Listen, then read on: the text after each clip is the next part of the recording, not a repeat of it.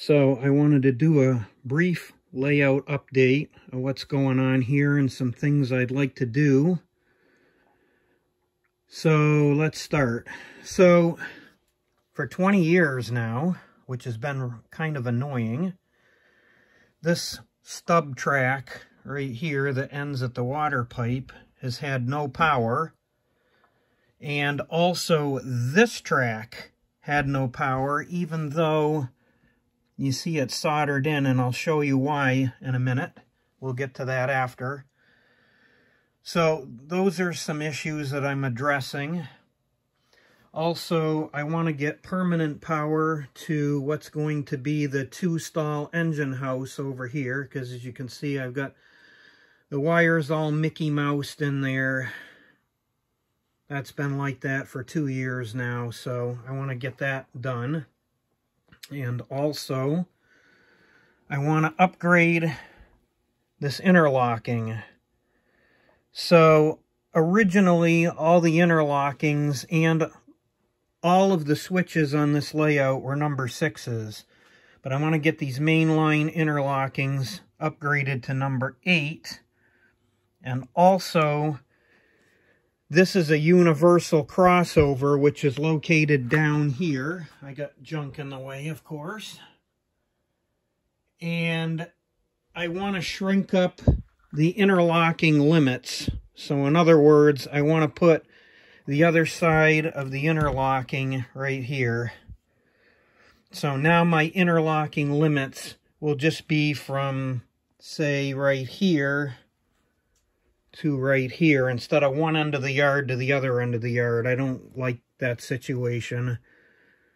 Of course, when I did that 20 years ago, I didn't know as much as I do now about railroading and how things work. So anyway, so that's one thing that I'm going to work on. Also, the two sides, the two main lines, when I finished this section 2 years ago, I left it connected to the opposite side's power booster. So in other words, when I'm all done here, I want one booster to power one side and one booster to power the other side, the track. So each main line's on its own booster.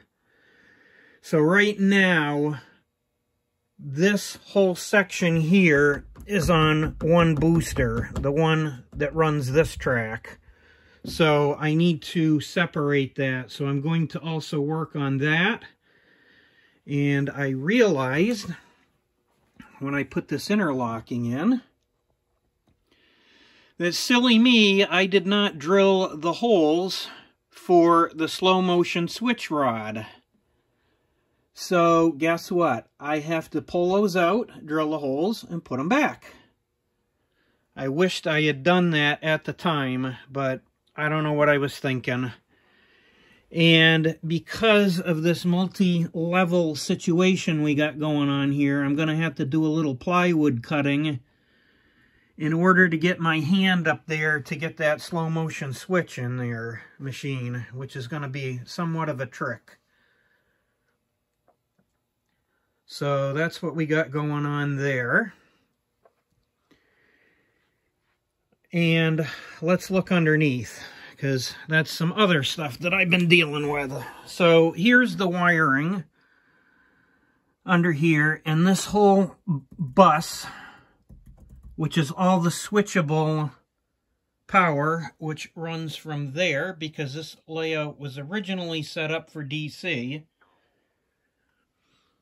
is on this bus. However, when I built this layout, this bus was directly under these switch machines, which was not good. So I had this whole bus kind of like hanging in the air for about 10 years now, until I decided to address it right now. So because I moved this whole bus, now I got to do something with this. So I'm going to work on that now. And yes, this light is awesome.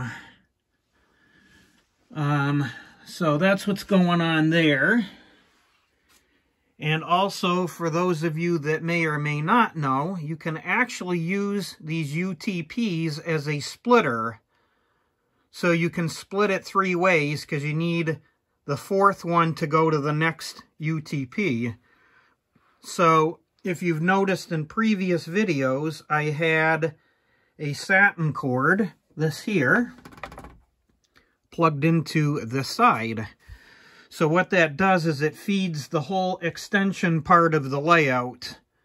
So I decided to put another one up here, so it's out of the way, and I now free up a port on that. So that's another thing I've been working on. So that's the old controls for the DC setup. I can still run DC on this layout by toggling those switches there on each side.